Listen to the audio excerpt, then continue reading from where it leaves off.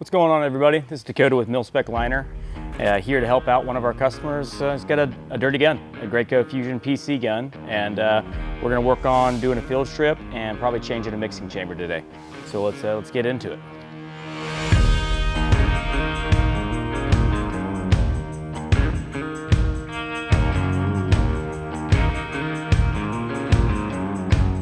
Yeah, so this gun's actually clearly being used, so it's not a clean gun today. We're actually gonna do a real repair. So let's start by taking off this air cap.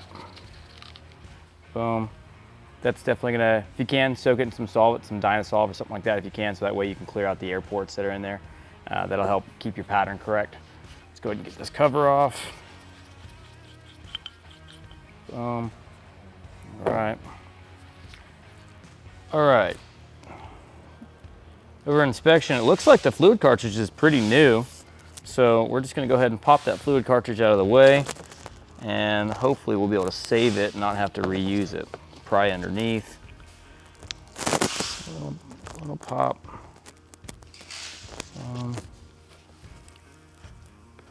They make when you get these cartridges, they've got a little testing kit that comes with it.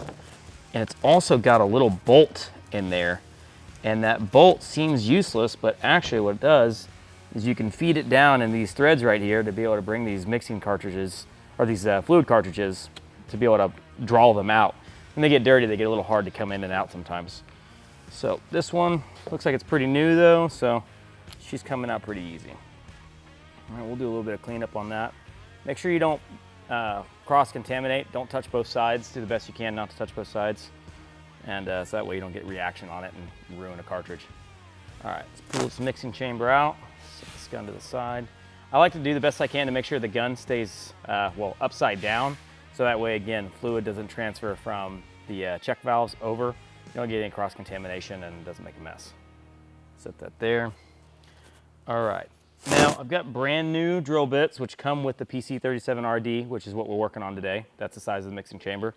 Got brand new drill bits. We'll go ahead and see if we can salvage this mixing chamber. Make sure we don't have something broken off inside of it. Make sure you're very careful. You drill in and you drill back out. Do the best you can not to drag the drill bit in and out. It'll make scarring on the inside and it'll mess up your pattern pretty much permanently. So drill it all the way in, drill it out.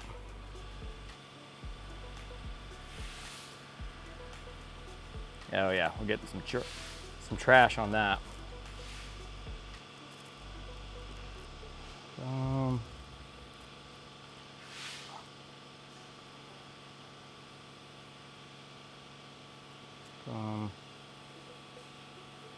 Just do it little bits at a time. If you're meeting a lot of resistance, don't try to just barrel through it. There's a good chance you'll snap these bits off, and then getting that out, getting these bits out it's a heck of a challenge. Sometimes it's impossible. So, and these things are not cheap, about 280 bucks retail. So, got most of the junk out of it there. Go ahead and clean this bad boy off a little bit. You got some cleaning solvent, Dynasolve, NMP, something like that. You can soak the chambers in them. If you have time, if you're not like we are today, trying to get right back to spraying. Customers down right now, and we're trying to help them get it back up and running. So today we're not going to have time to soak all this. We're going to try to repair this chamber, clean it, and get it back into use. Or worst case scenario, we have a new one. So let's see. Don't roll away on me. All right. All right, we're going to check on the impingement ports on the side, A and B. You should be able to see, you should be able to hold them up and see light all the way through it clearly, very, very easily. If you're holding it up to light, you should be able to see all the way through. If you can't, you still have some type of obstruction. That'll cause you E24 problems, which is what's happening here. He's getting a E24 ISO A-sides. And so I'm assuming this A-side over here is just clogged up, which it definitely feels like it.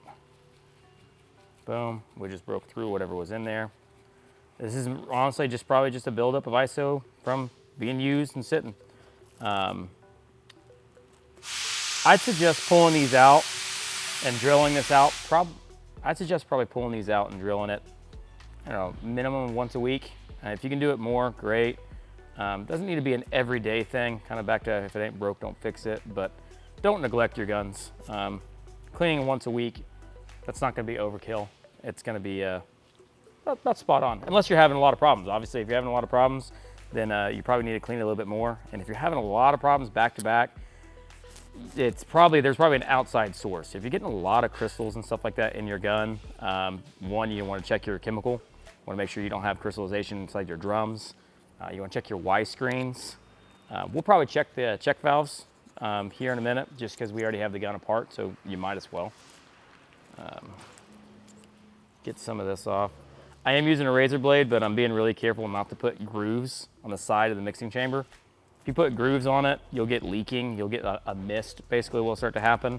So if you're ever firing up your gun, you turn on the pressure, or if you open up the valves and you start getting misting, you more than likely, you either have a groove on the side of the mixing chamber or the little ports in here on the fluid cartridge, or the check valves, side seals on the AP gun.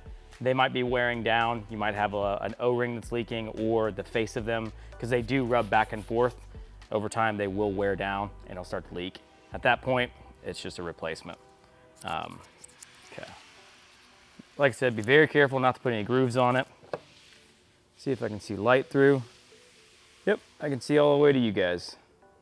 So more than likely, that was the issue. I didn't feel any type of drill bit or anything down the main bore. So I'm assuming it's just a matter of a dirty mixing chamber. So that's good. That's a nice, cheap, easy fix. Let's go ahead and drill that back out.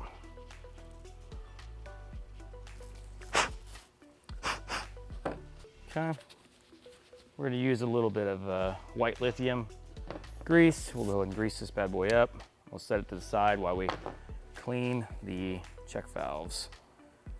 Make sure they're all good. A little grease goes a long ways.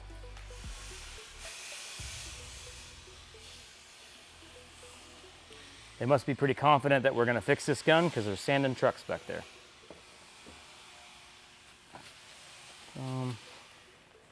All right, let's go ahead and check this ISO check valve just to make sure. Again, all the E24 problems that they were having were ISO related. So we're gonna check the A side first. Just make sure they don't have crystals and junk in there. Just use a pick or maybe a flathead screwdriver, which actually I think I'm gonna go get a flathead screwdriver.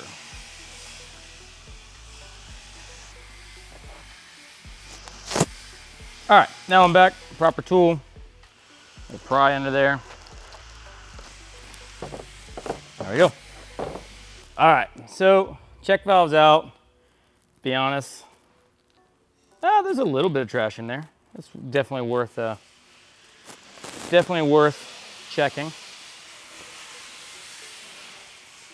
Not really crystals. It looked kind of a little more like just maybe some garbage. A little bit of crystals. If you're getting a lot of crystals in your system, in your lines, obviously it could be from your drums not being sealed up properly and having moisture getting into them. It could be from doing pour-offs. That happens sometimes.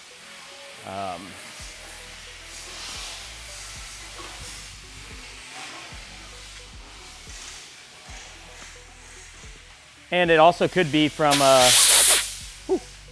moisture being in your lines. Remember, ISO hates water. All right. So that's all clean. Honestly, I don't think we have a need to break open the B side because there wasn't any type of E24s on that side. It was all ISO related. And really, I think we already found what the problem was on that mixing chamber. So inspect your seals, make sure none of those are torn up. That all looks pretty good. I don't see anything that warrants being replaced. Looks like they have been replaced relatively recent.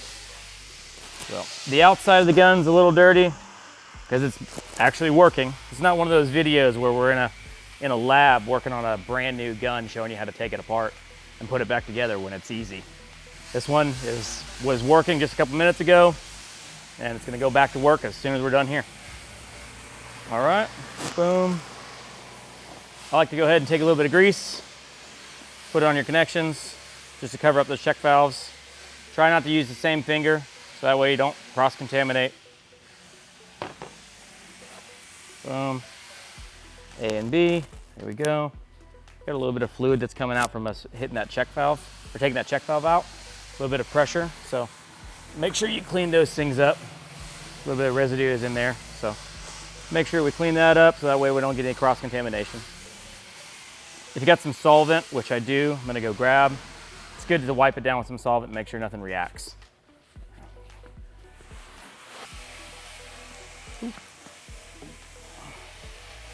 All right, some Dynasolve. Wipe that out, make sure that's not gonna be an issue.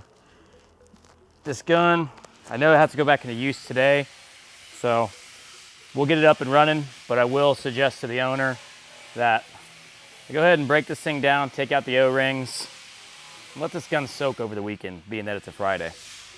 Of course it broke because it's a Friday. Let's clean that out. Clean these threads a little bit because it was kind of a pain to get that cap off. I always suggest just take 15 minutes, you know, at the end of the day, clean up the gun. It makes it so much easier if you ever do have an actual problem. It really sucks when the gun breaks, everything's dirty, and you spend more time just cleaning it to be able to get it apart than it actually takes to fix whatever the issue is. So just take some time, clean the gun. I'll hit this with the wheel real quick.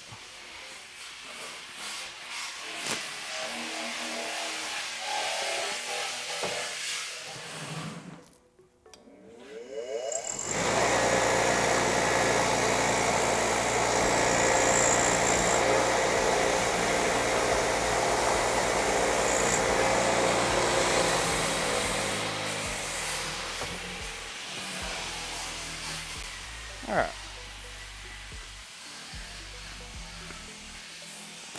Quick hit with the brush, and she's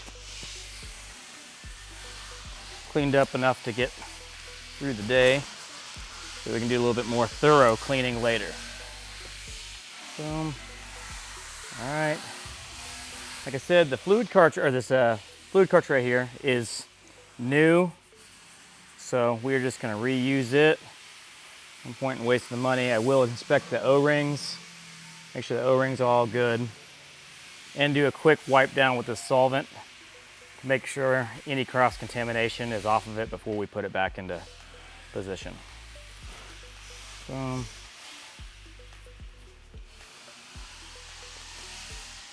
Nice and clean.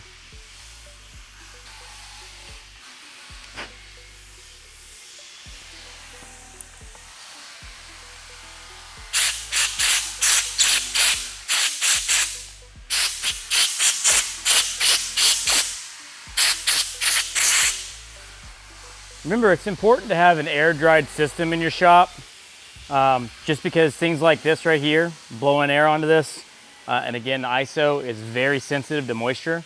So if you don't have an air dryer in your compressor for your shop, you could just be working on tools and accidentally shoot some water onto your cartridges or into your gun when you're trying to blow it out like I was right there. And it can cause a reaction, and it can cause problems and make your gun dirty. And so all the cleaning you did can kind of get undermined by just having moisture in your lines. So it is important to have dry air. So air dryers aren't that expensive either, and it's definitely worth it for your tools, and none of this stuff is cheap, so it's easier just to go ahead and invest. Make sure that's cleaned out from there.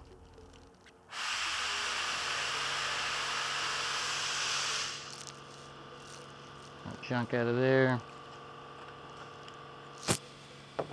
Oh, sorry, I stole your air. All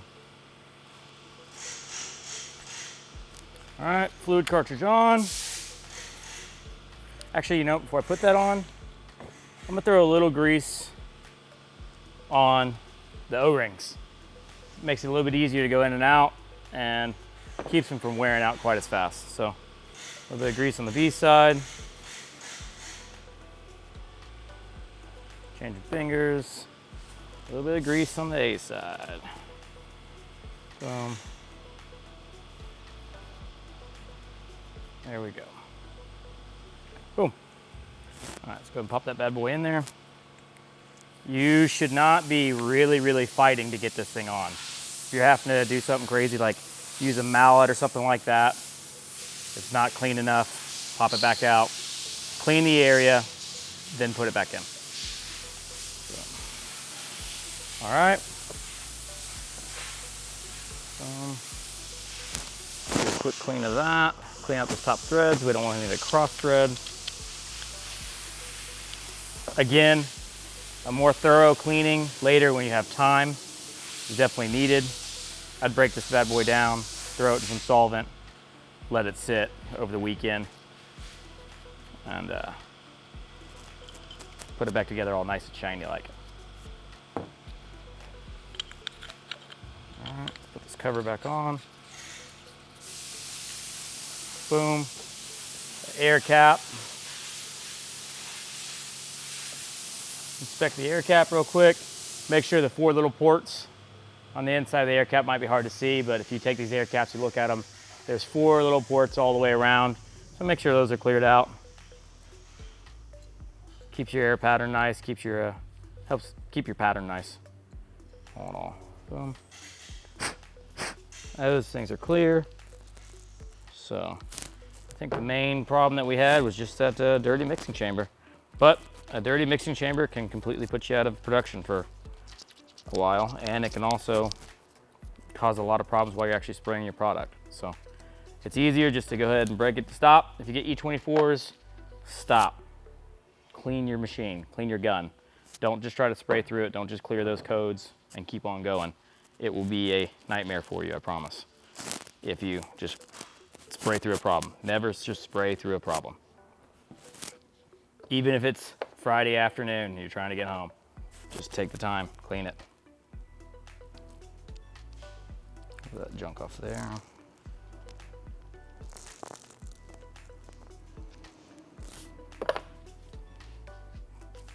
All right, well, I think we are up and running. We will get some air on this and then get some air going on this, and then we will grease it and get it back in production. A little dirty, but she should run, and then we'll clean it more later. Thanks for watching, and I hope this helps. Here at Mil-Spec Liner, our biggest goal is to keep our guys going. So we do a lot of things like this. You'll see us in shops pretty often doing things like this because, well, we're not just chemical salesmen, we're tech help. We care about you going. We're sprayers ourselves. We know what it's like to be stuck, to be broke down, and to be losing money. So we understand how important it is to know these things and how important it is to get these things taken care of. And so whatever we can do to help you, we're here. Thanks.